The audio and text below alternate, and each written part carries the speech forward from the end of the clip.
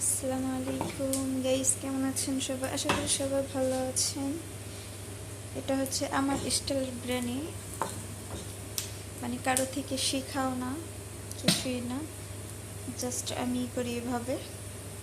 পেঁয়াজ আর হচ্ছে ধনিয়ার গোটা আর হচ্ছে দেই হচ্ছে কী যেন বলে, এলাচ, দারচিনি, আর সাথে হচ্ছে দেই হচ্ছে গাজরটা দিলে কালারটা সুন্দর হয়।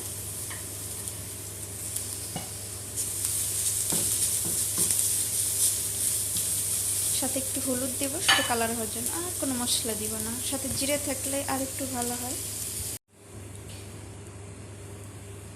ফাইনালি আমি যে বিরিয়ানির মধ্যে যে এটা দিব পুরটা, সেই পুরটা হয়ে গেল। মিক্স করার শেষে যা দেখাবো আপনাদের সবাইকে।